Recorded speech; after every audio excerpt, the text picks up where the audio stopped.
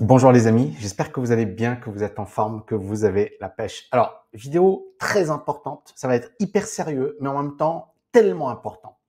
Alors, j'ai eu la chance de faire des études d'économie et durant ces études d'économie, ce que j'ai beaucoup aimé dans les études d'économie, c'est que tu avais des outils et des clés pour te faire ta propre analyse de la situation. C'est-à-dire que tu vas à la télé, tu vas entendre des experts te dire quelque chose, et dans les faits, bah, c'est pas vraiment la vérité, mais comme c'est un expert, tu as envie de le croire. Et ce que j'ai envie de vous dire ici, c'est qu'aujourd'hui, je vais vous parler d'un thème très important sur un plan économique, sur un plan politique. C'est un thème qui concerne énormément de personnes. Et c'est un thème que certains utilisent pour justement, j'ai pas envie de dire manipuler les foules, mais finalement pour les orienter d'une certaine manière et accuser. Hein. L'euro, d'ailleurs, est accusé de tous les problèmes de l'économie européenne, de l'euro serait le diable, l'euro serait à l'origine de l'échec, de la décroissance, des inégalités. Et parfois les arguments sont solides, parfois les arguments sont cohérents.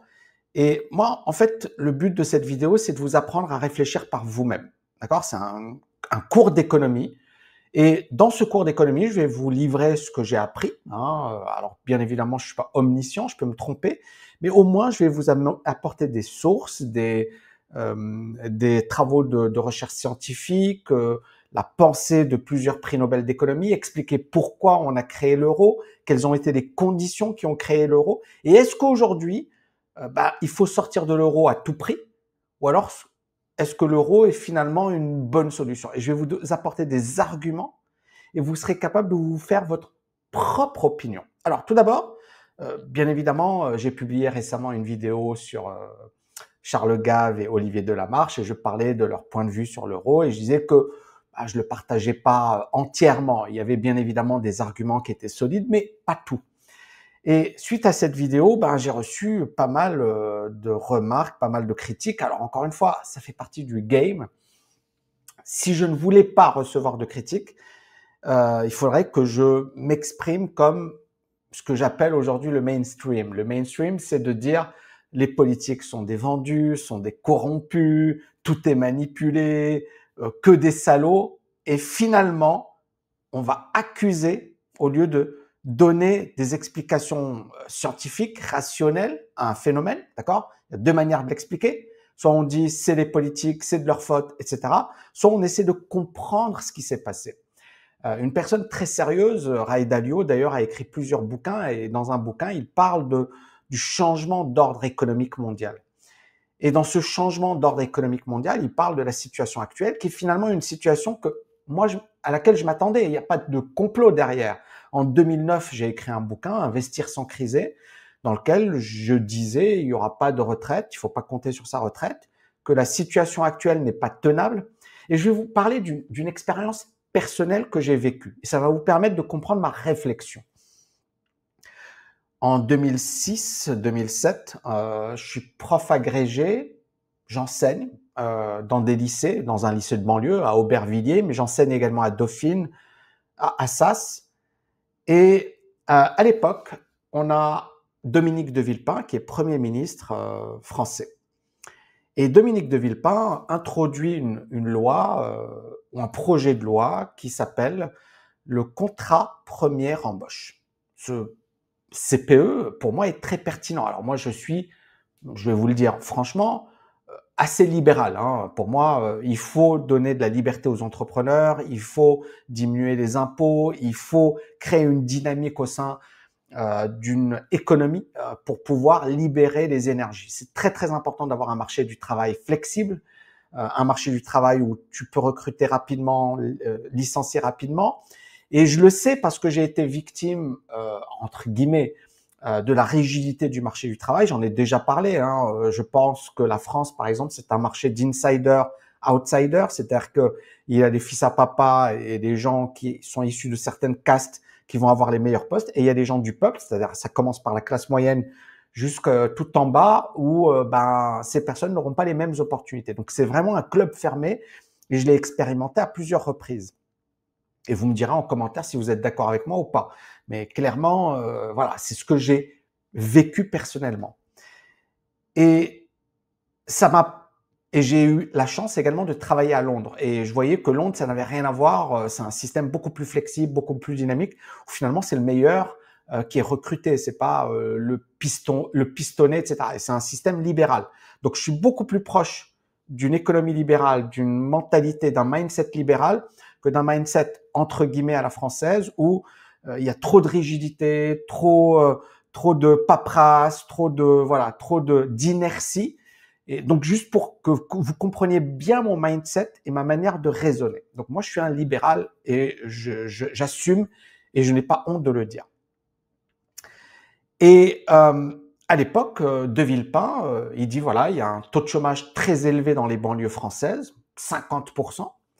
Il y a une manière de le régler, c'est de permettre à ces jeunes d'avoir un job. Très bonne remarque et très bon constat. Moi, j'applaudis, je dis bravo.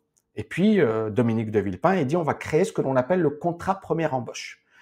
Pourquoi les jeunes ne sont pas recrutés? Parce que ils sont dangereux pour une entreprise. C'est-à-dire qu'un jeune n'est pas formé, il n'a pas d'expérience, il n'a pas de recul. Et donc, la meilleure manière de rassurer l'entrepreneur, c'est de faire en sorte que l'entrepreneur puisse recruter un jeune et le virer rapidement.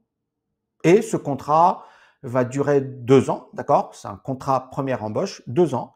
Et à la fin, si ce jeune est bon, eh ben, il va rester dans l'entreprise. S'il n'est pas bon, ben, il sera remercié.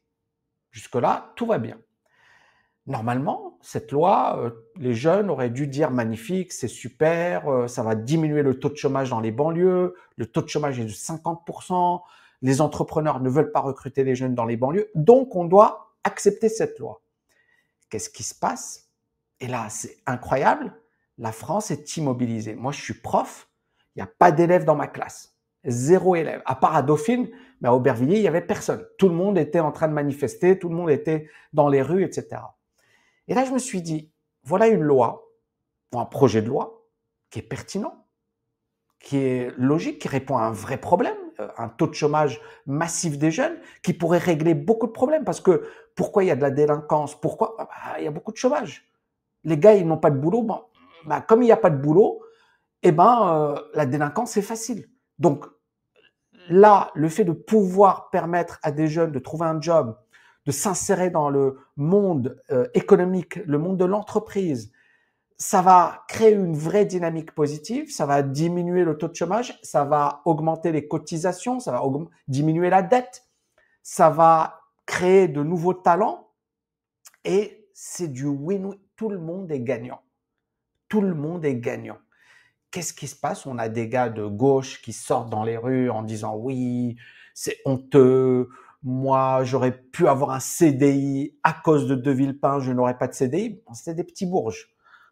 Tu voyais les mecs, ça se voyait que ils n'étaient pas à plaindre et ils manifestaient dans la rue en disant ouais c'est injuste, c'est inacceptable, je n'aurai pas de CDI, je ne veux pas qu'on me brade mon travail, blablabli, blablabla. 50% de chômage dans les banlieues et dans les Paris et ailleurs, le taux de chômage des jeunes n'était pas loin des 20%.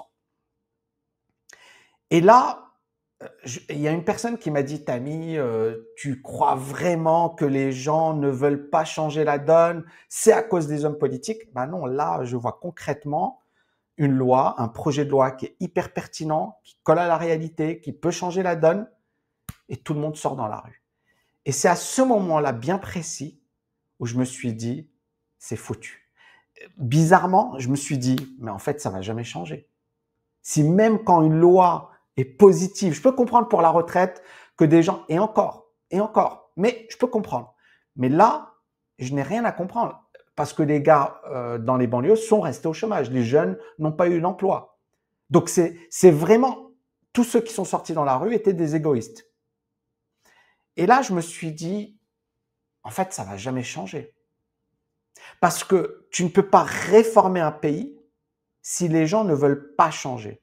Et le problème de la France, mais d'autres pays européens, c'est pas l'euro, c'est finalement des pays qui ont vécu au-dessus de leurs moyens pendant des décennies, des pays qui ont connu une forte croissance dans ce que l'on appelle les 30 glorieuses, et qui, à partir des années 70, ont arrêté de croître et ont commencé à avoir une croissance qui stagne et des dettes publiques qui explosent. C'est à partir des années 70, les dettes publiques qui explosent, la croissance qui stagne.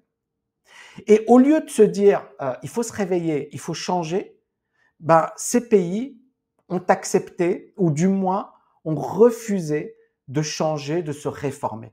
Pourquoi? Parce qu'encore une fois, vous aviez des politiques qui leur disaient, bah non, il y a de l'argent, tout est possible. Et malheureusement, il fallait des hommes politiques courageux qui, finalement, fassent passer ces réformes. Mais le problème, c'est que même quand vous avez des réformes courageuses qui sont sur le point d'être votées, un pays comme la France est complètement immobilisé et la réforme ne passe pas. Et c'est là où moi j'ai compris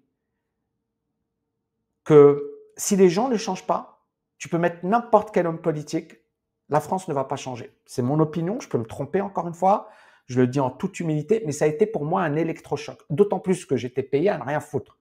J'allais dans ma classe, il n'y avait personne, et je regardais, je me disais, c'est quoi ce truc? C'est quoi ce truc? Je suis payé, ok, d'accord, très bien, mais je fais rien, je fais pas mon job.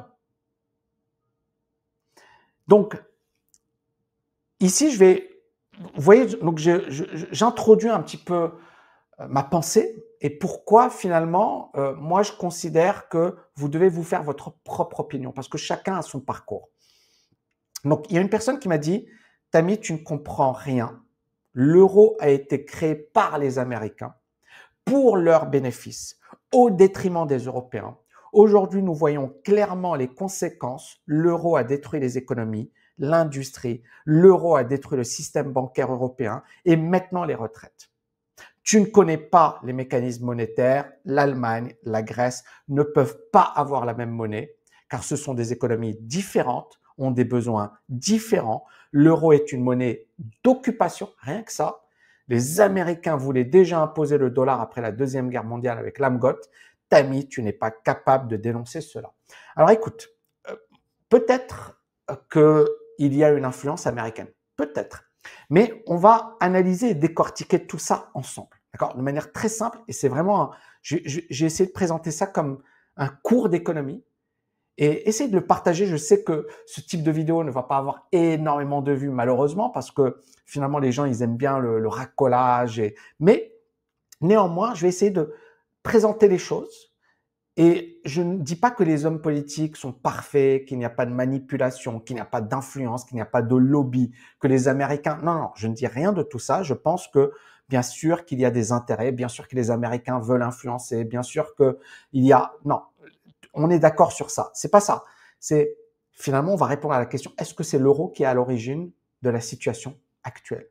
Est-ce que l'euro est une bonne chose ou une mauvaise chose? Est-ce qu'il faut garder l'euro ou est-ce qu'il faut quitter l'euro? C'est des questions très simples auxquelles je vais essayer de répondre. Alors, on parle de souveraineté perdue. On parle d'économie sous perfusion. On parle de Bruxelles qui dicte nos lois et de peuples qui sont sacrifiés. Maintenant, la plupart des opinions que l'on va voir sur Internet, elles sont basées sur des raccourcis, des approximations, des discours entendus à droite et à gauche. C'est là où, encore une fois, j'ai envie vraiment, ici, je vais vous apporter des arguments scientifiques. Encore une fois, c'est un domaine que j'aime beaucoup, par lequel je suis passionné, mais faites vos recherches ensuite, faites votre travail, d'accord? Ce n'est pas la vérité, ce que je vais vous exposer, c'est ma vérité. Mais maintenant, bien évidemment, elle est subjective. Comme toute vérité, comme toute analyse, elle est subjective. Donc, je vais vous exposer mon analyse. Donc, je ne dis pas que l'euro est parfait, je l'ai jamais dit, au contraire. Maintenant, je ne pense pas qu'il y ait un complot monétaire contre les peuples, qu'on a essayé de désindustrialiser l'Europe, qu'on a fait ça pour… Je ne le pense pas. Maintenant, peut-être, mais encore une fois, je ne le pense pas. Maintenant, je vais vous donner un exemple concret. Moi, j'habite à Dubaï, aux Émirats Arabes Unis.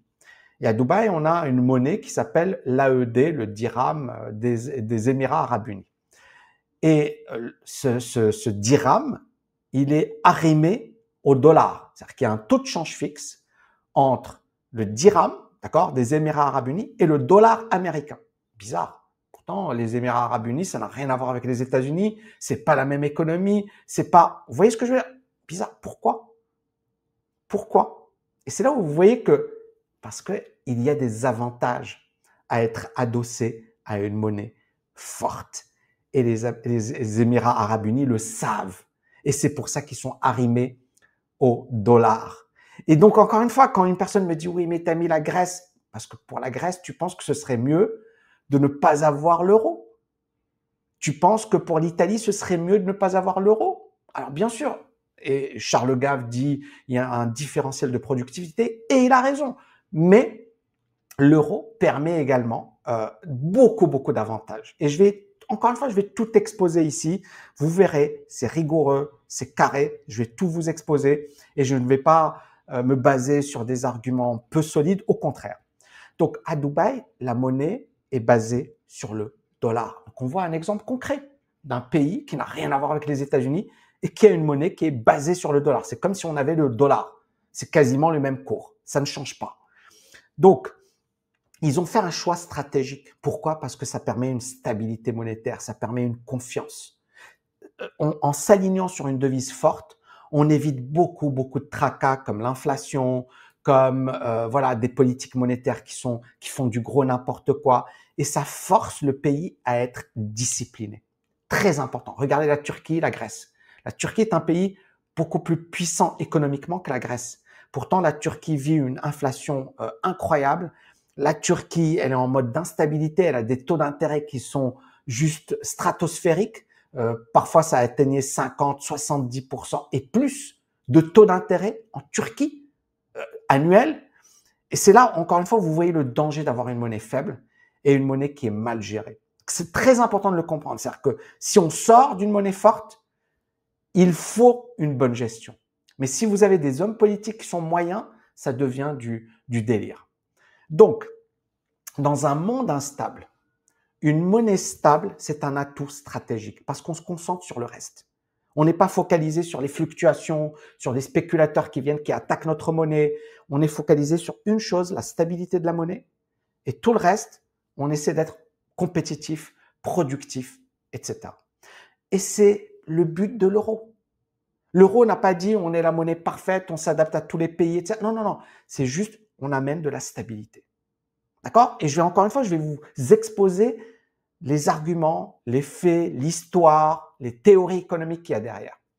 Donc, contrairement aux Émirats, on a beaucoup de gens aujourd'hui qui disent Frexit, il faut sortir de l'euro, il faut sortir de l'Union européenne, et ils disent la monnaie européenne, l'euro est un problème, c'est notre plus grand problème. Mais encore une fois, comme je l'ai expliqué précédemment, le problème, ce n'est pas l'euro. Ce n'est même pas la logique économique qui est derrière sa création. Le problème, c'est finalement un manque de courage des hommes politiques pendant plusieurs décennies. Ce sont des politiques économiques qui ont été très mauvaises et c'est également un manque de pédagogie, un manque d'explication, un manque de fond. D'accord? Quand vous allez voir des youtubeurs, il y a toujours des raccourcis, c'est toujours très rapide. C'est pour ça que cette vidéo, j'ai voulu me poser et vous faire une vraie masterclass sur l'euro, sur les enjeux économiques, sur les avantages et les inconvénients, parce que ce n'est pas une monnaie parfaite et honnêtement, je n'ai pas de problème par rapport à ça. Donc, on va faire une analyse aujourd'hui complète, rationnelle, argumentée sur l'euro.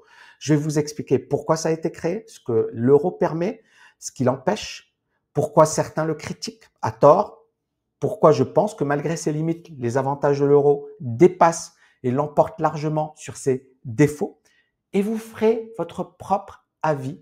Vous serez capable de vous faire votre propre opinion et peut-être qu'à la fin, vous vous direz « Ok, l'euro est une erreur historique, on n'aurait jamais dû créer l'euro. » Ou alors « Ok, c'est pas parfait, mais c'est mieux que d'être dans une économie sans euro, sans monnaie forte. » Voilà, ce sera votre responsabilité, à vous de voir et n'hésitez pas à me le dire en commentaire.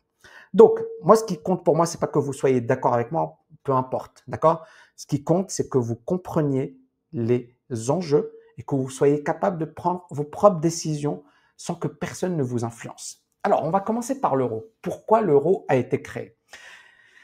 C'est un projet qui est d'abord économique et stratégique. Je mets de côté la théorie du complot et voilà, peut-être, d'accord, mais j'ai pas les éléments. Peut-être, mais c'est pas mon job. Moi, mon job, c'est de raisonner comme un économiste. Donc, je vais essayer de raisonner comme un économiste. Tout d'abord, il faut comprendre le contexte. Dans quel contexte l'euro a été créé? On parle des années 70 et des années jusqu'aux années 90. On a une instabilité des monnaies européennes. Durant les années 70 et 80, l'Europe, elle est secouée par ce que l'on appelle une guerre d'échange. On a une forte instabilité monétaire. Et on a ce que l'on appelle un régime de change flottant, c'est-à-dire que les monnaies peuvent fluctuer les unes par rapport aux autres après la fin de Bretton Woods en 71, et on se retrouve avec des pays qui commencent à dévaluer, c'est-à-dire que voilà, on va diminuer la valeur de sa monnaie par rapport aux autres monnaies. Ce que l'on appelle une dévaluation compétitive. Alors, pourquoi dévaluation compétitive? Parce que, par exemple, si ma monnaie, elle baisse, ça veut dire que mes exportations, elles seront faites à des prix plus faibles. Ça veut dire que mes exportateurs, mes entreprises en local seront plus efficaces. Bien évidemment, le prix des importations va augmenter, mais on considère que les exportations vont être supérieures aux importations et donc, à terme, je vais gagner. Donc, si je pratique une dévaluation compétitive, eh bien, je vais gagner à terme. Donc, c'est ça le but. Et c'est ce que l'on a eu dans les années 70 et dans les années 80. La France, l'Italie, l'Espagne ont dévalué à de nombreuses reprises face aux marques allemandes. Et l'Allemagne est l'économie dominante. C'est l'économie la plus puissante. Et donc, comment être plus compétitif par rapport à l'Allemagne? Eh bien, on va dévaluer sa monnaie. Et le problème, on pensait que c'était une solution et on s'est aperçu que, en pratiquant cette stratégie, on avait une inflation qui galopait, d'accord? On avait une dégradation de la balance commerciale. C'est-à-dire que, par exemple, la France se dit, en dévaluant, je vais avoir moins d'inflation. Non, elle a beaucoup plus d'inflation. En dévaluant, je vais être plus compétitif. C'est faux. Elle va avoir un déficit commercial qui se creuse. Elle va se dire, oui, en étant plus compétitif, je vais attirer les investisseurs. C'est faux. Les investisseurs fuyaient parce que la monnaie était instable. Et bien évidemment, on a une instabilité des prix et des anticipations. Je suis entrepreneur, je ne sais pas si le franc sera à 1, à 2, à 0,5. Donc, mes anticipations sont instables. Et donc, à partir de là, c'est très difficile pour moi de prendre de bonnes décisions. Et on a eu l'exemple concret du franc français. D'accord? Dans les années 80, on a eu plusieurs dévaluations brutales du franc. En 81, le franc est dévalué de 3%, en 82 de 5,75%, en 83 de 8%, en 86 de 3%. Et on voit plusieurs années d'affilée, on dévalue, on dévalue, on dévalue. Et à votre avis, est-ce que la France, elle s'en est bien sortie à ce moment-là? Non, certainement pas. Son déficit commercial avec l'Allemagne explose. En plus, la France avait mené une politique de relance, c'est-à-dire qu'elle avait augmenté les salaires, elle avait diminué le temps de travail, c'était sous Mitterrand. Et sur un plan économique, c'était juste catastrophique et intenable. La France s'est retrouvée face à une grave difficulté. Donc, pendant une période de 5 ans, le franc a perdu 20% de sa valeur face aux marques. Et ces ajustements témoignent d'une incapacité à maintenir une monnaie stable avec des conséquences économiques lourdes. Conséquence, beaucoup de gens ont retiré leurs capitaux de France. On a une fuite massive des capitaux. Pourquoi? Parce que les gens se disent, s'il diminue encore la valeur du franc, moi je vais perdre de l'argent. Je préfère aller investir mon argent dans une monnaie qui est solide, qui est forte, par exemple le mark ou même le dollar. Ensuite, on a un déficit commercial structurel. À partir de 1982, la France, elle est en déficit commercial à l'égard de l'Allemagne, mais également à l'égard du reste du monde. Donc, déficit qui s'élève à 30 milliards de francs, environ 4,5 milliards d'euros à l'époque, mais c'était beaucoup, beaucoup. Pourquoi? Parce qu'elle était moins compétitive. Donc, on s'est dit, tiens, on va dévaluer, ça va être génial, et finalement, ça s'est révélé être catastrophique. Et enfin, perte de crédibilité sur les marchés financiers. La Banque de France, elle était considérée comme une banque de second rang, faible, soumise aux choix politiques court-termistes, incapable de garantir la stabilité des prix. Et donc, vous voyez que là, on a un exemple concret. Quand les gens me disent, Tammy, l'Italie aurait dû dévaluer, Charles Gave d'ailleurs a cet argument, il ne sort jamais l'exemple des années 80 en France, où la France a pratiqué cette stratégie et elle l'a payé au prix fort.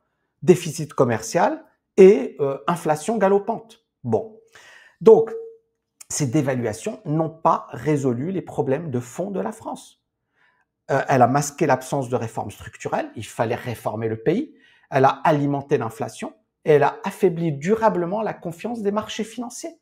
Donc les gens ne voulaient pas investir en France. C'est pas votre pays, il n'est pas sérieux. On n'a pas envie d'investir dans votre pays. Et donc, à partir de ce constat, les autorités françaises ont changé radicalement de stratégie. Alors, on ne parle pas de 83, mais plus 86, etc. Et sont alignés sur le modèle allemand de monnaie forte. L'objectif, c'était de dire, OK, on va arrêter ces dévaluations, on va stabiliser la monnaie, on va restaurer la crédibilité de la politique monétaire. Vous allez comprendre pourquoi c'est important après. Et ça a préparé le terrain de l'euro. On s'est dit, finalement, on a essayé les politiques de dévaluation pendant les années 70 jusqu'aux années 80 et ça n'a pas marché. Ça n'a pas été efficace. Au contraire, la France était en position de faiblesse. Et à partir de là, on s'est dit, peut-être qu'il faudrait s'intéresser au modèle allemand. Et justement, quel était le bon élève à l'époque? C'était l'Allemagne. Et beaucoup de gens aujourd'hui tapent sur l'Allemagne ou disent oui, mais regardez, les Allemands, c'est eux qui ont insisté pour que on rentre dans l'euro. Non, je pense que les Allemands, ils avaient leur stratégie, d'accord? Et que c'était tellement catastrophique, la politique économique menée en France était tellement catastrophique qu'à un certain moment, la France, elle s'est dit, bon, on va essayer de copier ou du moins d'analyser le modèle allemand et peut-être faire la même chose. Alors, est-ce que c'est parfait? Non, encore une fois, mais c'est la raison pour laquelle on a changé de politique. Le modèle allemand, c'est quoi? Alors, l'Allemagne a connu l'inflation. Elle a connu l'hyperinflation durant l'avant-guerre mondiale. On a eu une période d'hyperinflation. Le mark ne valait plus rien. On se baladait avec des brouettes de billets pour aller payer l'addition au restaurant. Et ça a été un véritable traumatisme dans les années 20. Et à partir de là, l'Allemagne s'est dit, OK, on veut une monnaie forte, on ne veut plus jamais revivre ça. Et les Allemands étaient ridicules, ils ont vécu une humiliation, et que ce soit militaire, mais également monétaire, on ne veut plus jamais revivre ça. Et à partir de là, ils se sont dit, OK, la monnaie, c'est quelque chose de sérieux, on veut une discipline budgétaire, et la monnaie doit rester forte, et une monnaie forte, d'accord? Bizarrement, beaucoup de gens vont se dire, oui, on aura plus de problèmes à exporter, peut-être. Mais les Allemands se sont dit, si on a une monnaie forte, qu'est-ce que ça va nous permettre? Ça va nous permettre d'être beaucoup plus productifs et donc d'être beaucoup plus compétitifs. Et cette monnaie forte va nous obliger à être disciplinés. Et c'est cette discipline qui va nous permettre d'exporter, d'avoir des excédents commerciaux et donc d'avoir de la croissance. Et vous savez quoi? Ça a marché pour l'Allemagne. C'était parfait. Discipline budgétaire, compétitivité industrielle, autonomie de la Banque centrale. C'est-à-dire que les Allemands ont dit, la Banque centrale, elle est autonome, elle ne dépend pas de nous, elle ne dépend pas des hommes politiques. Elle a son propre objectif, et son objectif, c'est de combattre l'inflation, et c'est surtout de ne pas tomber dans le piège des hommes politiques. C'est-à-dire, on dévalue, on a une politique monétaire qui est carrée. Donc, la Bundesbank, la Banque centrale allemande, est indépendante du pouvoir politique. Et contrairement aux pays qui s'appuient sur la dévaluation pour gagner des parts de marché, l'Allemagne, elle a cherché à être structurellement compétitive. On n'est pas compétitif parce qu'on dévalue, on est compétitif parce que notre économie est compétitive. Est-ce que vous voyez ce que je veux dire? Et donc les Allemands, ils se sont dit, on va se focaliser sur notre économie, on va être les meilleurs. Et ils ont réalisé des gains de productivité réels. Et c'est devenu un modèle de référence dans les années 80, dans les années 90. Tout le monde se disait le modèle allemand, le miracle allemand. On a parlé du miracle allemand. Et donc, à partir de 83, la France va s'aligner sur l'Allemagne. Mitterrand, il est élu en 81, il va tenter des politiques de relance keynésienne, ce que je vous expliquais précédemment. On augmente les salaires, on diminue le temps de travail, on diminue, voilà, on fait beaucoup d'aides, etc. Et on dévalue également le franc. Et cette relance a été catastrophique. Catastrophique. Fuite massive des capitaux, chute du franc, tension avec l'Allemagne. Et en 83, on a commencé à parler de rigueur. Il y a, voilà, beaucoup il y a eu un retournement total de la politique de François Mitterrand. Et c'est un moment essentiel parce que la France comprend qu'elle ne pouvait plus jouer avec sa politique monétaire et que pour survivre dans une économie ouverte, mondialisée, il fallait s'adapter à la rigueur allemande plutôt que de s'y opposer, plutôt que de vouloir jouer en jouant sur le taux de change, en dévaluant le taux de change, etc. C'était dangereux. Et donc, à partir de là, la France, elle est rentrée dans cette logique de « Ok, on a fait les cons, là maintenant on va être sérieux et on va avoir une discipline monétaire ». Et vous voyez que là, il n'y a pas de complot, de personnes qui… Mais après, encore une fois, chacun se fait son idée. Mais ce que je viens de vous expliquer, c'est cohérent. Il n'y a pas besoin de sortir de Polytechnique. C'est cohérent, c'est simple. C'est pour ça que je suis étonné quand même de voir les analyses des spécialistes. Alors, bien sûr qu'il y a des gens qui sont sérieux. Bien sûr qu'il y a des gens qui vont me dire, Tammy, mais je suis pas d'accord avec toi ou que… Mais ça, encore une fois, moi, je n'ai pas envie de tomber dans ce piège. Je veux rester dans mon domaine qui est l'économie. Alors, c'est à partir de là où, finalement, la France, elle s'est dit, OK, on va être sérieux.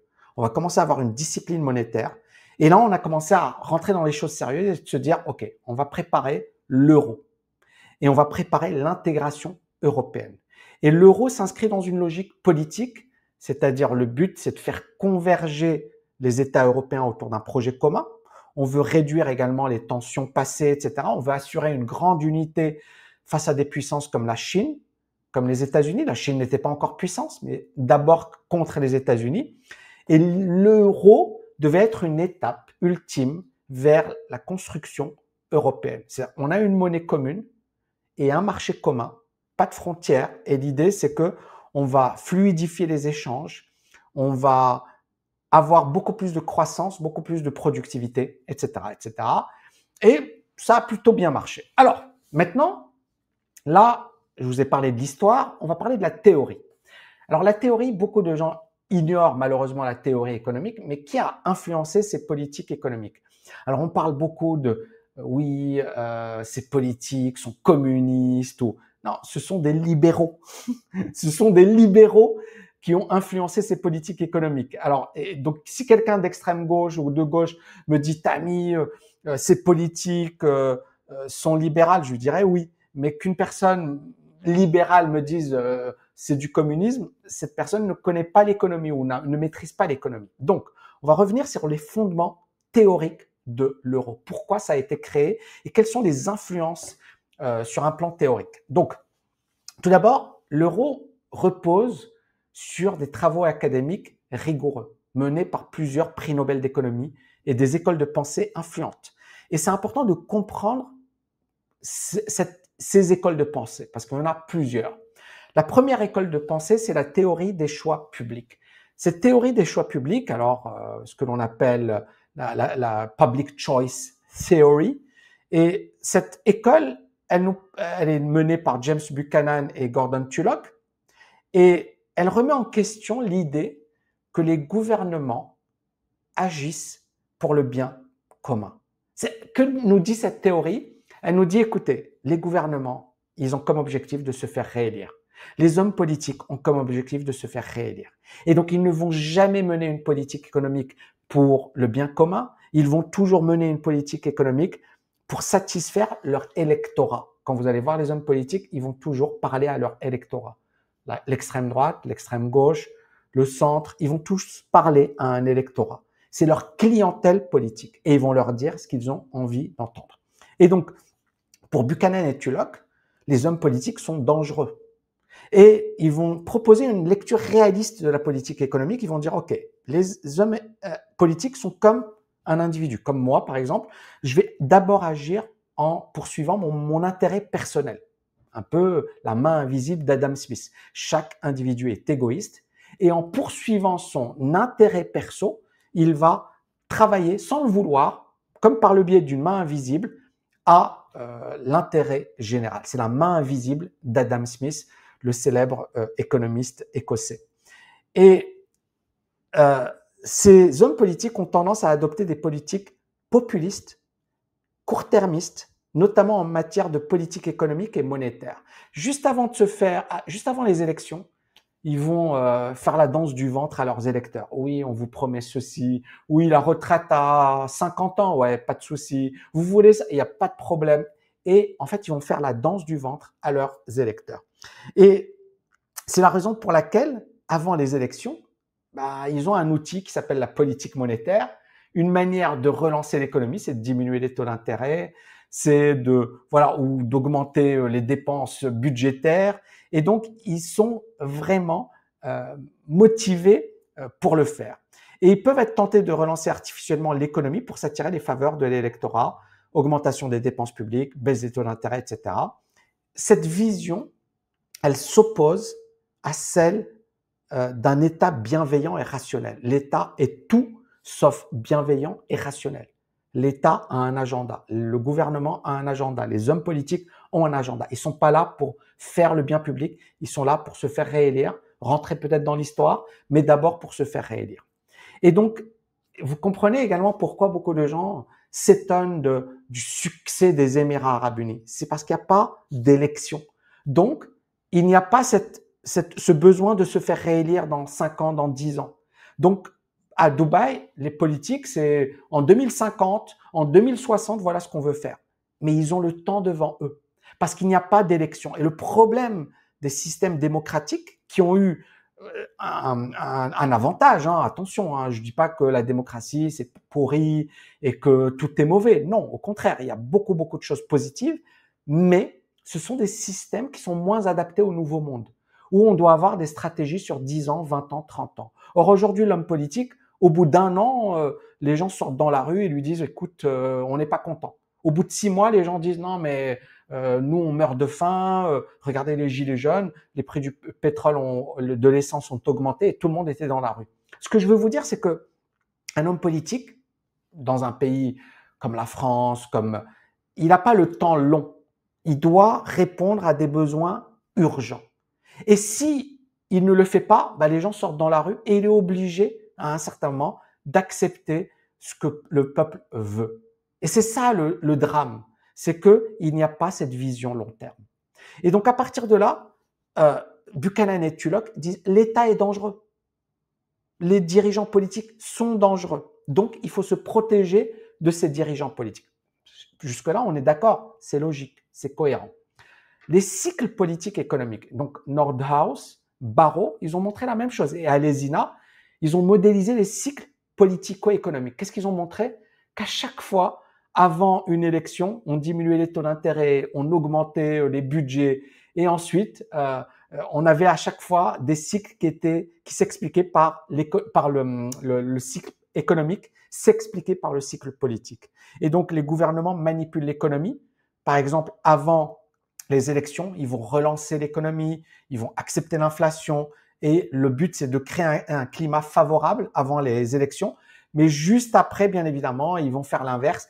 Mais surtout, ça crée une perte de crédibilité et une instabilité économique récurrente. C'est-à-dire qu'à chaque fois, on a une instabilité économique. Et donc, à partir de là, tous ces économistes, et vous voyez encore une fois des gens sérieux, Buchanan, Tullock, et tous des prix Nobel, beaucoup de prix Nobel d'économie, Barrow, etc., ils disent il faut une banque centrale indépendante.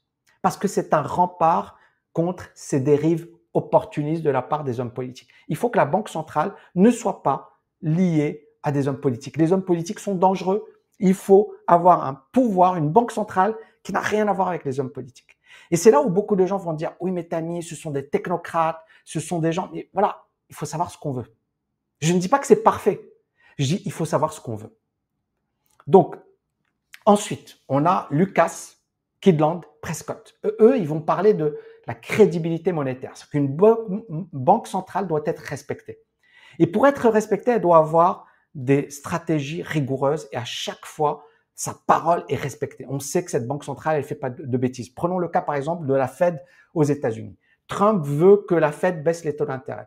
Et vous avez Powell qui dit non, non, non, on baisse pas les taux d'intérêt. Et Trump qui accuse Powell d'être un pourri, d'être un vendu, etc. Et Powell qui dit non, non, je ne baisse pas les taux d'intérêt. Pourquoi? Parce qu'il y a un risque d'inflation. Si je baisse les taux d'intérêt, l'inflation galope. Mais vous voyez le pouvoir du président de la Fed par rapport au président des États-Unis, Trump. Trump qui insulte Powell et Powell qui dit non, non, moi je ne change pas d'avis. Je garde ma politique.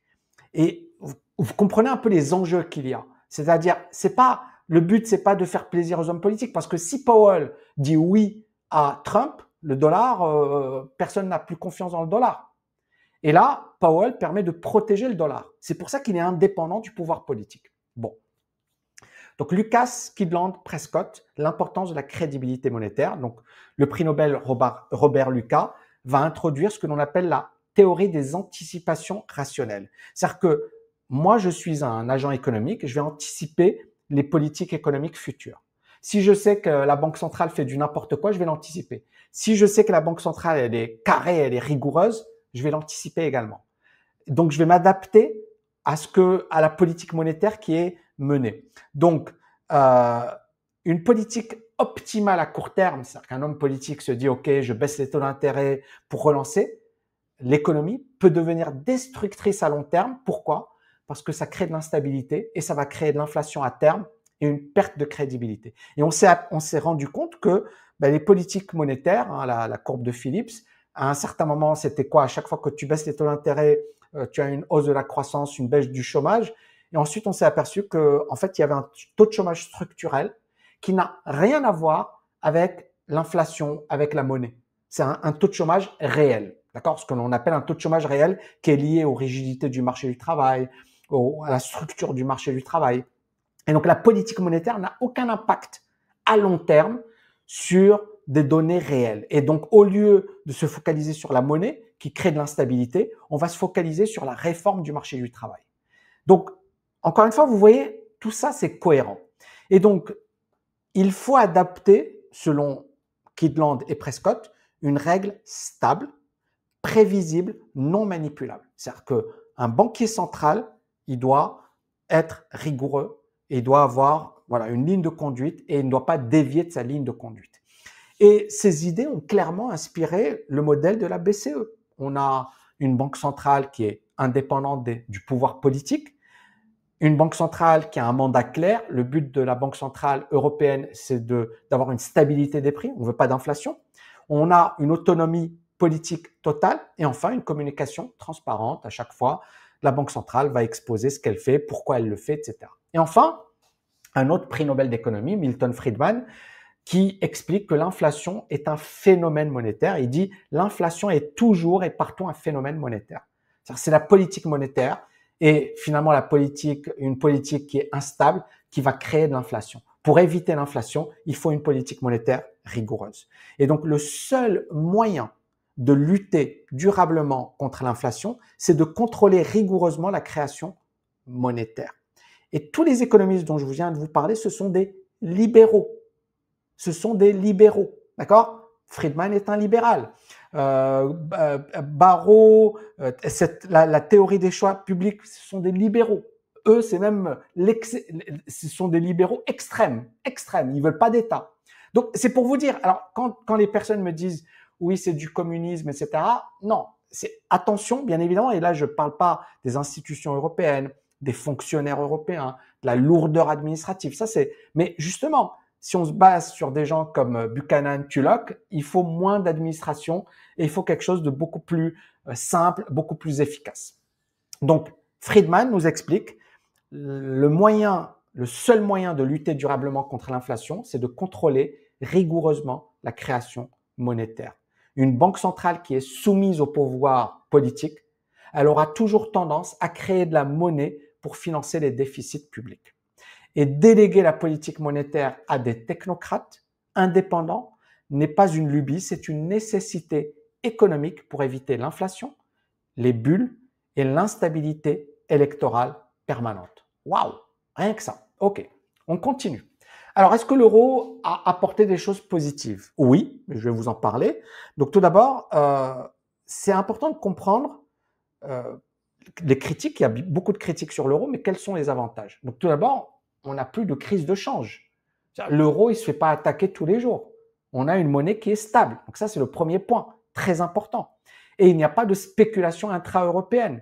Donc les pays européens aujourd'hui, ils vivaient sous la menace constante d'attaques spéculatives. La France, elle a été attaquée à plusieurs reprises. L'Italie a été contrainte de sortir du SME. Le Royaume-Uni, rappelez-vous, George Soros qui a vendu la livre sterling, qui a gagné $1 milliard. Mais également, ça a été le mercredi noir au Royaume-Uni, la chute de la livre. Et rappelez-vous ce qui s'est passé récemment pour la Grande-Bretagne avec le Brexit. et la monnaie britannique qui s'est effondrée et on a eu beaucoup de problèmes liés au change. Alors, pourtant, la Grande-Bretagne, c'est un grand pays, donc c'est un exemple. Et un autre exemple, la Turquie, qui est également une grande économie, la Turquie qui a des problèmes d'inflation monstres et qui connaît avec des taux d'intérêt records. Donc, depuis l'euro, ces phénomènes ont disparu. Il n'y a plus de dévaluation compétitive, il y a une seule monnaie, il n'y a plus de tension monétaire interne, il y a une stabilité de long terme qui favorise les flux d'investissement, etc. Deuxième avantage, on a une baisse historique des taux d'intérêt. Comme il y a peu d'inflation, une stabilité, beaucoup de gens ont confiance dans l'Europe et c'est la raison, dans l'euro, et c'est la raison pour laquelle les taux d'intérêt sont très faibles par rapport au reste du monde. Et donc, grâce à la crédibilité de la BCE et à la disparition du risque de change, les pays du Sud ont bénéficié pendant des années de taux d'intérêt historiquement bas. Ça a réduit également le coût de la dette publique et ça a permis un accès plus facile au crédit pour les ménages, mais également pour les entreprises. Ça a favorisé un boom immobilier dans plusieurs pays, comme en Espagne, Irlande, etc. Pourquoi? Parce qu'il y avait une monnaie stable. Une transparence également, puisque on peut aujourd'hui comparer des prix, par exemple, un bien que tu veux acheter en France, tu vas le comparer au même bien en Allemagne, et il y a finalement une fluidité. Ça a entraîné également une baisse des prix sur de nombreux biens durables en Europe, électroménagers, voitures, électroniques. Ça a contraint les entreprises à s'aligner sur les meilleurs standards européens et même pour le tourisme, beaucoup plus de flexibilité. Les touristes qui peuvent aller en Allemagne, en France, en Espagne, en Italie. Je parle des touristes américains et autres. Et une seule monnaie, pas de frais de change, donc beaucoup plus facile sur un plan business. Ça a permis également une intégration commerciale renforcée. L'euro a facilité des échanges entre pays, intracommunautaires, les investissements croisés, les implantations d'entreprises dans d'autres pays de la zone euro. 65% aujourd'hui du commerce extérieur de la France se fait avec des pays de la zone euro. Et cette intégration, elle a été facilitée par la disparition des barrières monétaires. Et ça a permis également à l'Europe d'avoir une position au niveau mondial. On a l'euro, c'est la deuxième monnaie la plus importante au monde. La deuxième devise après le dollar en termes de réserve de change. Chaque banque centrale du monde entier a des réserves et l'euro, c'est la deuxième réserve de change dans le monde. C'est une monnaie également d'émission pour les grandes entreprises et c'est un outil de souveraineté collective face à des grandes puissances comme les États-Unis et comme la Chine. Mais c'est également un bouclier monétaire pour les pays plus fragiles. Prenons le cas de la Grèce ou même de l'Italie. Sans l'euro, ces pays auraient vu leur devise s'effondrer durant les crises et on aurait pu avoir une inflation massive. Encore une fois, on a un exemple concret, la Turquie. Inflation massive, des taux d'intérêt massifs. Alors la Turquie se comporte bien sur un plan économique, mais sur un plan monétaire et sur un plan même particulier, c'est catastrophique. Alors maintenant, là j'ai parlé des points positifs, je vais parler des points négatifs. Il y a des limites structurelles à l'euro. Tout d'abord, si l'euro a permis des avancées majeures en matière de stabilité, de transparence, d'intégration, il y a des failles structurelles profondes. Et elles s'expliquent par la nature même de la construction européenne parce que il n'y a pas d'union politique et il n'y a pas d'union budgétaire. Et c'est ça le grand problème de l'Europe. C'est soit tout, soit rien. L'euro aurait été encore plus puissant si on avait une vraie Europe, avec peut-être un président de l'Europe, avec peut-être une seule économie, avec peut-être une vraie union politique et une vraie union budgétaire. Parce qu'on a parlé de la politique monétaire, mais il y a également la politique budgétaire et c'est là où c'est la dette publique, c'est le financement de l'État, etc., etc. C'est le budget de l'État. Et là, c'est chaque pays gère son budget de manière autonome. Et on a un économiste qui s'appelle Mundell, économiste canadien, qui a créé ce concept de triangle d'incompatibilité. Donc en 99, il a théorisé ce principe fondamental qui est qu'on ne peut pas avoir simultanément les trois objectifs suivants. Si on a un taux de change fixe, donc par exemple l'euro, une politique monétaire autonome, une banque centrale qui est autonome, et une libre circulation des capitaux, c'est-à-dire que l'argent peut en fait, on ne peut pas avoir les trois. On peut en choisir que deux. Le troisième doit être sacrifié. Et dans le cas de la zone euro, les pays ont choisi une monnaie commune, d'accord, la même monnaie, la libre circulation des capitaux. Maintenant, on ne peut pas utiliser la politique monétaire nationale. Et c'est ça ce qui explique et les critiques de l'euro, c'est ça. C'est finalement un pays peut être en situation de crise, alors que par exemple l'Allemagne est en situation de croissance ou de surchauffe. Et ce pays qui est en situation de crise, il ne peut pas utiliser la politique monétaire pour régler son problème. Il ne peut utiliser que la politique budgétaire.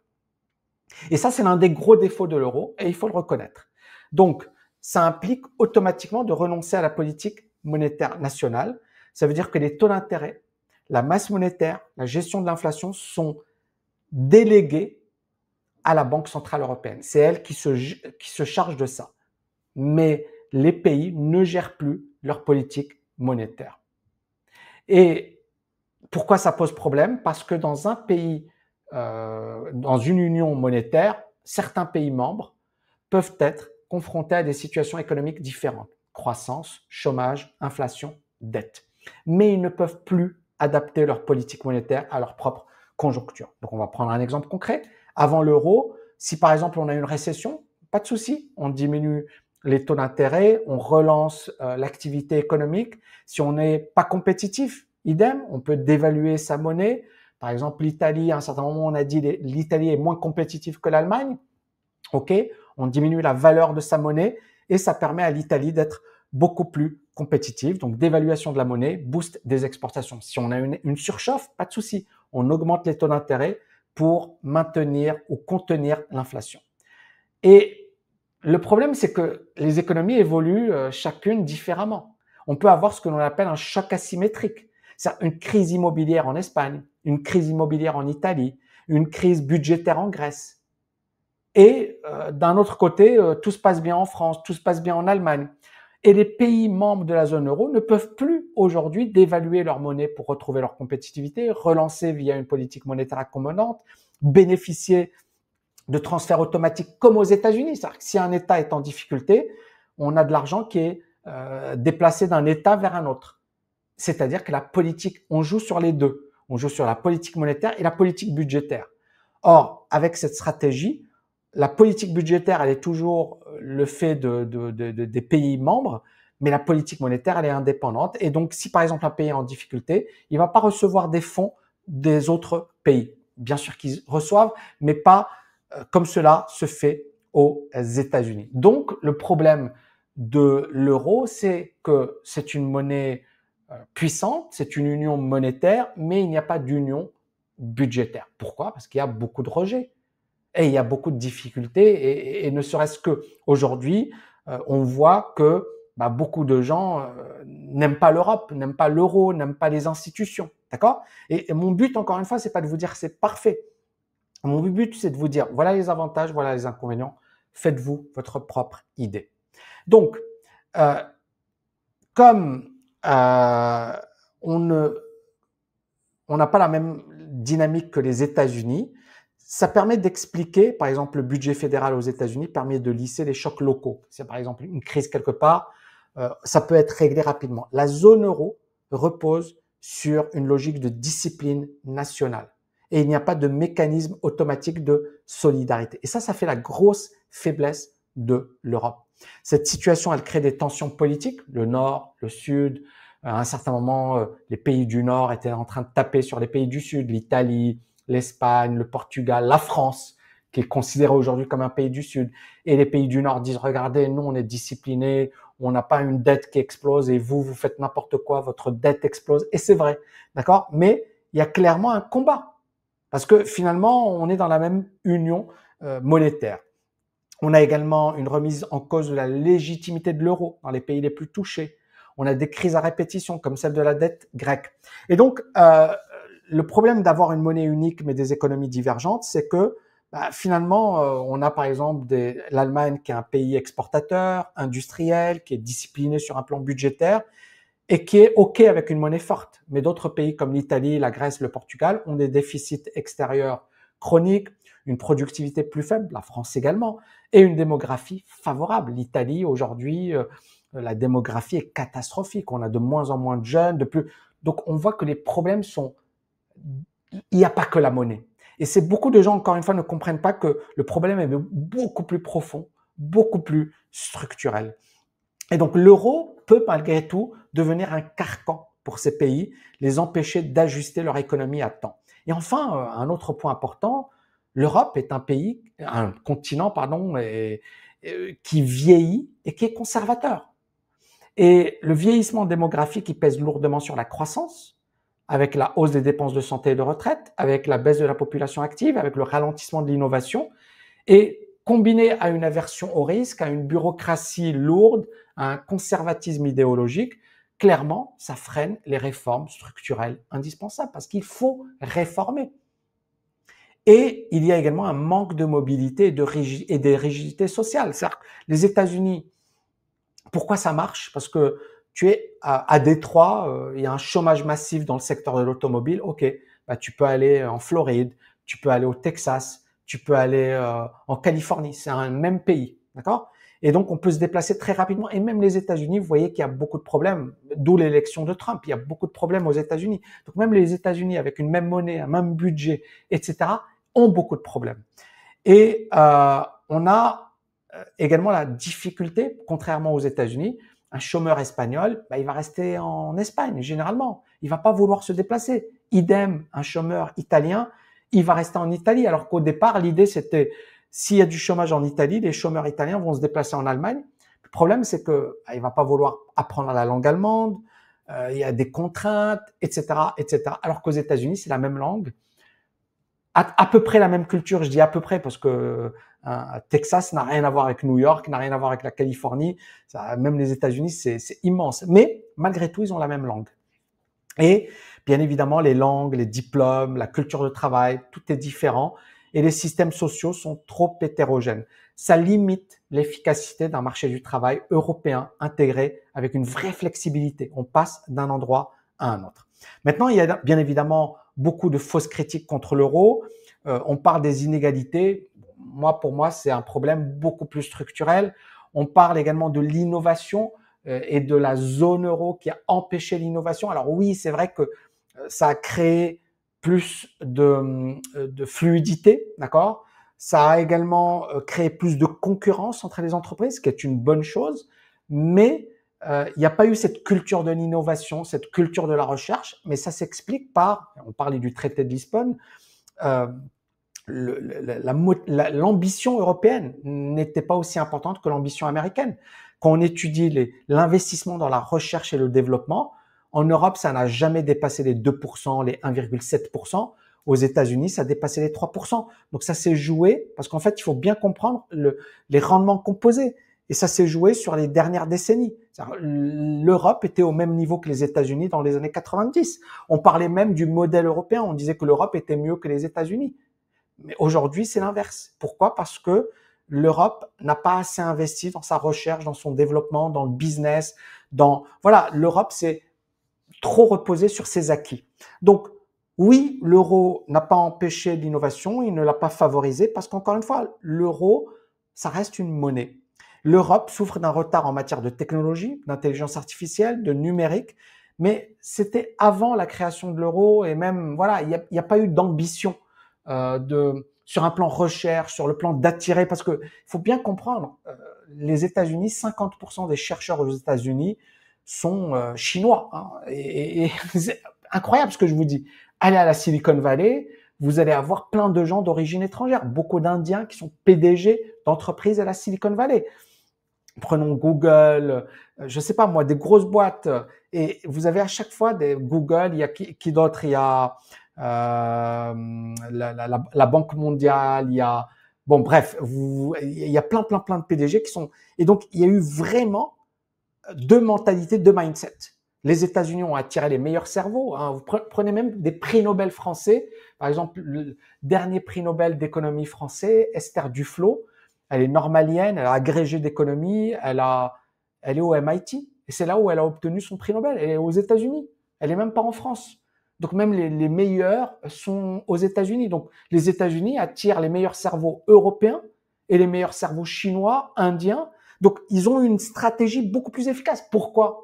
Quand vous voyez un prof d'université en France, il est payé 3 fois rien. Quand vous voyez un prof d'université aux États-Unis, il est payé une fortune. Et s'il est brillant, il a un boulevard. Donc, on voit bien la différence, d'accord, de mindset, etc. Donc, l'euro, c'est pas un accélérateur, c'est pas un frein, c'est neutre sur ce terrain, mais ça pourrait devenir un levier si, bien évidemment, il y a une stratégie industrielle commune. Il n'y a pas d'ambition. Pour moi, si on devait critiquer l'Europe, ce serait, on n'est pas assez ambitieux. L'Europe, elle est gentille, mais voilà, c'est mignon. Mais c'est pas, voilà, c'est pas, on fait vraiment un projet révolutionnaire au niveau européen. Et c'est pire aujourd'hui parce qu'aujourd'hui, il y a un vrai rejet de l'Europe. C'est-à-dire, tout ce que je vous dis, c'est quasiment impossible à mettre en œuvre parce que les gens, aujourd'hui, considèrent que l'Europe est dangereuse, que l'euro est dangereux. C'est pour ça que je fais cette vidéo, pas pour vous dire que l'euro est bien ou n'est pas bien. C'est pas mon but, c'est de vous dire, le problème est beaucoup plus profond. Et c'est pas la monnaie, c'est pas un problème de monnaie. Donc, est-ce que le franc permettait plus de prospérité? Non, on l'a vu précédemment. Dans les années 80, la France dévaluait régulièrement. Le franc était régulièrement attaqué sur les marchés financiers. On a eu un modèle de dévaluation compétitive qui s'est avéré inefficace. Et aujourd'hui, si on revient au franc, probablement on aura une explosion des taux d'intérêt. Alors des gens vont me dire non mais Tammy, c'est pas vrai, etc. Mais on l'a eu dans le passé. On a eu ça, c'est-à-dire on n'a pas évolué vers l'euro par hasard. On a évolué vers l'euro parce que les stratégies n'étaient pas bonnes, parce que ça ne marchait pas. Explosion des taux d'intérêt, donc ça ce serait le gros risque. Perte massive de confiance des investisseurs, hausse du prix des produits importés, fuite des capitaux. Alors bien sûr, certaines personnes vont me dire oui mais Tammy, ça c'est à court terme, à long terme, ce sera différent. L'idée c'est que tu ne sais pas, je ne sais pas. Et si jamais on le fait, allez, Frexit, on le fait, super. Et si les conséquences sont dramatiques, est-ce que tu seras là pour dire ok, j'ai fait une connerie. Est-ce que tu pourras revenir en arrière? Est-ce que tu pourras? Et vous voyez encore une fois, le problème, malheureusement, ce n'est pas le problème. Le problème, c'est la compétitivité, c'est les réformes structurelles, c'est le fait de rendre l'économie plus dynamique. Et l'euro n'est pas le problème. C'est presque la solution parce que ça libère les hommes politiques et ça les empêche de faire des bêtises. Parce que si Macron il avait la possibilité d'utiliser la politique monétaire, il ne serait pas gêné. Mais tous les hommes politiques, et déjà sans politique monétaire, on a vu les dégâts parce que la politique budgétaire a été utilisée comme pas possible et on voit les dettes publiques qui ont explosé. Mais si la politique monétaire avait également été déléguée aux hommes politiques, est-ce que vous commencez à comprendre ce que je suis en train de vous dire? On a vu, la politique monétaire, elle est indépendante, ça va, ça marche bien. L'inflation, la monnaie, elle est gérée. La politique budgétaire, elle est aux mains des politiques. On voit les dettes publiques qui explosent. Ça n'a rien à voir avec l'euro. Donc, sortir de l'euro, pour moi, ça ne résoudrait pas le problème. Au contraire, ça pourrait l'aggraver. Maintenant, certaines personnes me disent, oui, Tammy, ce serait bien et ce serait peut-être la solution. Ok, mais on n'a pas de certitude. Et le temps qu'on va perdre, parce que encore une fois, qui est le plus gros client de la France, c'est l'Allemagne, et inversement. Donc, on a fait tout ça pour ça.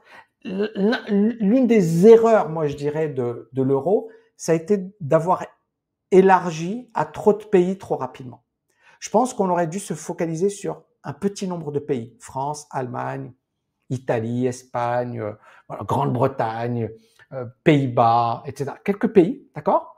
Genre, maximum 10 pays, maximum, et basta. D'accord? Et après, voilà, on crée vraiment. Et en fait, en voulant agrandir l'Europe trop vite, en étendant l'euro à trop de pays, je pense que ça n'a pas été une bonne stratégie. Alors, que faire? Comment améliorer la zone euro? Bon, quelques réponses. Créer un véritable budget fédéral européen. Vous avez compris pourquoi. Par exemple, s'il y a un pays qui est en crise, on va automatiquement transférer de l'argent vers cet autre pays. Des investissements massifs dans l'infrastructure, la transition, l'innovation, des investissements dans la recherche et développement. C'est le gros retard par rapport aux États-Unis s'explique par la recherche et développement. Idem, attirer les cerveaux. Attirer les cerveaux, faire en sorte que... Moi, par exemple, j'étais prof et je me suis cassé. J'ai fait ma thèse, je me suis dit, mais c'est quoi ce truc? T'es payé que dalle, c'est un nid de crabes, et je me suis dit, ouh là là, c'est pas pour moi. D'accord? Tu n'attires pas. Mais si j'avais eu un super salaire, super condition, j'aurais peut-être réfléchi à deux fois. Tant mieux pour moi. Mais ce que je veux vous dire, c'est pas motivant d'être prof à l'université en France. Tu gagnes pas grand-chose. Donc, les meilleurs cerveaux, ils vont aller ailleurs. notamment aux États-Unis. Euh, Ce budget ne doit pas être énorme, mais suffisant pour jouer un rôle contracyclique. Dès qu'il y a un pays qui a un problème, on va essayer de régler sa situation. Finaliser l'union bancaire et l'union des marchés de capitaux, c'est-à-dire qu'un marché unifié, hein, comme les États-Unis, hein, pas avoir plusieurs bourses et plusieurs... Non, on a un seul marché, etc. Et faire en sorte qu'il y ait une meilleure circulation du capital entre les États membres. C'est toujours pas le cas. Harmoniser les politiques fiscales et sociales, hein, avoir le même niveau d'impôt, etc., même au niveau social. Or, aujourd'hui, on a plusieurs politiques qui sont menées, qui sont différentes. Tu es en Espagne, c'est pas la même chose que si tu étais en France, aux Pays-Bas, en Allemagne, etc. Stimuler l'innovation et l'investissement productif, encourager la mobilité du travail, réformer la gouvernance, etc. Voilà, j'ai écrit un article, vous pourrez le lire et je pense qu'effectivement, ça vous permettra de mieux comprendre les enjeux actuels. Alors, l'euro, est-ce que c'est une monnaie qui est dangereuse, qu'il faut éliminer? Ben, vous avez ma réponse. Elle n'est pas parfaite, mais voilà, ce que je dis, l'euro n'est pas une monnaie parfaite. L'euro, il est né d'un compromis entre souveraineté nationale, ambition fédérale. Il a été conçu sans budget commun, ce qui est quand même un problème, sans gouvernement économique unifié. Alors beaucoup de gens tapent, oui, mais c'est pas logique. Elle n'a pas été élue. On parle de von der Leyen, bien évidemment. Oui, et c'est pas logique. Et effectivement, elle devrait être élue et on devrait avoir des hommes politiques élus parce que l'Europe est importante. Elle joue un rôle important au niveau économique. Et donc, à partir de là, si on a une vraie ambition, il faut que ça devienne quelque chose d'important. On le voit, les élections européennes, on s'en fiche. C'est pas un enjeu crucial. Et ça montre encore une fois que l'Europe n'est pas considérée, ou n'est pas prise au sérieux. Mais bien évidemment, voilà, il y a un pari. L'idée, c'est que les pays aux cultures, aux productivités, aux trajectoires différentes peuvent partager une même politique commune, mais on a vu également les limites de cette politique. Donc vous voyez, je ne dis pas que c'est parfait, mais c'est vraiment la situation. Est-ce qu'il faudrait éliminer l'euro? L'euro, encore une fois, a apporté plus de stabilité, de crédibilité, de puissance que ne l'aurait permis un retour aux 27 monnaies nationales. Imaginez 27 monnaies nationales et chaque pays avec sa monnaie. Ça aurait été toujours le chaos. Ça a permis quand même beaucoup plus de solidarité, mais ne pas oublier, le problème de l'Europe, c'est pas la monnaie, c'est pas l'Europe, c'est juste structurel. Il n'y a pas eu de politique, des réformes structurelles, il y a un vieillissement de la population, il y a une croissance qui est faible, il n'y a pas une dynamique. Et l'Europe qui était très dynamique dans les années, les 30 glorieuses, ne l'est plus aujourd'hui. Aujourd'hui, ce sont des pays comme l'Inde, comme la Chine, qui bossent, qui produisent, qui ont une forte croissance, l'Afrique également. Et donc, le problème, il est structurel. Donc, sortir de l'euro, bah, ce serait replonger dans une instabilité monétaire, subir une explosion des taux d'intérêt, perdre la confiance des marchés internationaux, affaiblir définitivement l'Union européenne face aux grandes puissances. Mais bien évidemment, l'euro n'est pas parfait et il y a de vrais problèmes. Et sans le réformer, sans corriger ses failles, sans créer des outils de solidarité, ce serait le condamner à l'usure. Et bien évidemment, on va avoir de plus en plus de contestations et de gens qui disent on ne veut pas de l'euro est dangereux. Donc, il faut pas de Frexit à mon sens, mais encore une fois, moi je suis pas un homme politique, je suis juste un économiste à Dubaï qui vous donne son avis de manière très humble. Mais clairement, l'idée c'est vraiment d'être beaucoup plus ambitieux et de refonder l'euro et la zone euro. L'euro a été un projet imparfait, mais c'est un projet qu'il faut améliorer. Et encore une fois, on a le choix. Le détruire, donc se dire on sort de l'euro, donc on ne connaît pas les conséquences, ou alors se dire c'est une donnée. Et c'est là où moi, encore une fois, je réponds aux gens qui me disent Tammy, tu ne comprends pas, la cause de tous nos problèmes, c'est l'euro. Je viens de vous démontrer que non, ce n'est pas la cause de tous nos problèmes. Bien sûr que l'euro n'est pas parfait, bien sûr que l'euro peut être amélioré, mais ce n'est pas la cause de tous nos problèmes. Maintenant, il faut clairement de la pédagogie, du courage politique, une vision long terme. Et c'est exactement ce que j'ai voulu vous montrer à travers cette vidéo. C'est que c'est très simple et vous voyez qu'encore une fois, ça demande du temps. Hein. Cette vidéo, elle m'a demandé je sais pas combien de temps. Ça demande du temps, ce que je vous ai fait. Vous-même, Voilà, il y a des vidéos rapides à la va-vite où on va taper sur les hommes politiques, on va dire oui, l'euro est une catastrophe, l'euro ne vaut plus rien, Frexit, etc. Donc ça, c'est des vidéos fast-food qui cartonnent, qui font des centaines de milliers de vues, des millions de vues. Cette vidéo, je ne sais pas combien de vues elle va faire, c'est pas grave. Mais le but, encore une fois pour moi et pour ma communauté, c'est de vous dire, il faut pas jouer avec des choses aussi importantes, aussi sérieuses. Il faut avoir une réflexion, d'accord? C'est ce que j'ai essayé de vous faire, de vous montrer les avantages, les inconvénients. Je ne vous dis pas que l'euro est parfait, loin de là. Mais sortir maintenant, ce serait se tirer plusieurs balles dans les pieds. C'est-à-dire, ce serait suicidaire. Pourquoi? Alors que le plus dur a été fait. C'est comment on voit les défauts de l'euro et comment éviter ou comment faire en sorte d'améliorer l'euro. C'est un peu, voilà, c'est deux écoles, chacun sa manière de voir les choses. Moi, c'est comme ça que je vois la chose. Si vous avez aimé cette vidéo, n'oubliez pas de la liker, de la partager. Merci beaucoup les amis, je vous dis à bientôt. Ciao, ciao, ciao.